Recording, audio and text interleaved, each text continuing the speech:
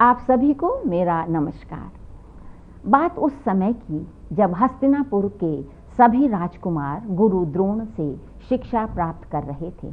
एक दिन दुर्योधन ने गुरु से कहा कि गुरुदेव, हमें लगता है कि आप हम सब में से सबसे अधिक अर्जुन को चाहते हैं। ये सुनकर गुरु द्रोणाचार्य ने कहा, मैं तो आप सभी को समान रूप से शिक्षा देता हूँ।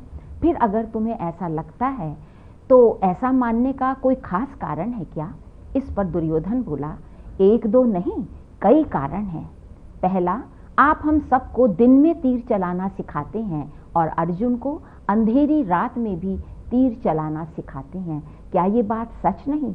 गुरु द्रोणाचार्य ने कहा, सत्य है, पर पूरा सत्य नहीं।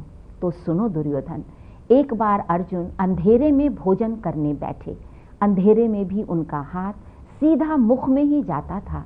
तभी उसे आभास हुआ कि रोज का अभ्यास जीवन में बड़ी चीज है और उस दिन से वो स्वयं ही अंधेरे में तीर चलाने का अभ्यास करने लगा।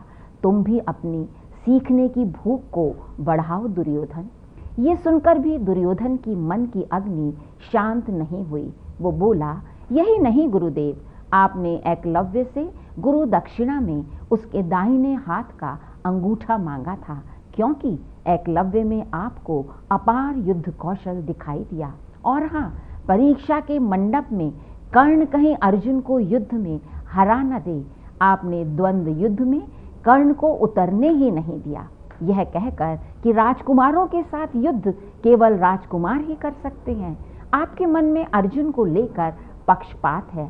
दुर्योधन की बात सुनकर गुरु द्रोणाचार्य बोले, हाँ, अर्जुन के प्रति मेरा झुकाव शुरू से ही रहा है और रहेगा। बहुत जिज्ञासु, परिश्रमी और संयमी बालक है वो जल्दी जल्दी अपने सारे काम पूरे करके सीखने चला आता है। उसमें सीखने की तड़प तुम सबसे अधिक है। तुम भी अपने को उस जैसा बनाने की कोशिश करो। ये सुनकर दुर्योधन निरुत्तर होकर वहां से चला गया। साथियों, अपने इन्हीं गुणों के कारण अर्जुन सर्वश्रेष्ठ धनुर्धर बना। नमस्कार।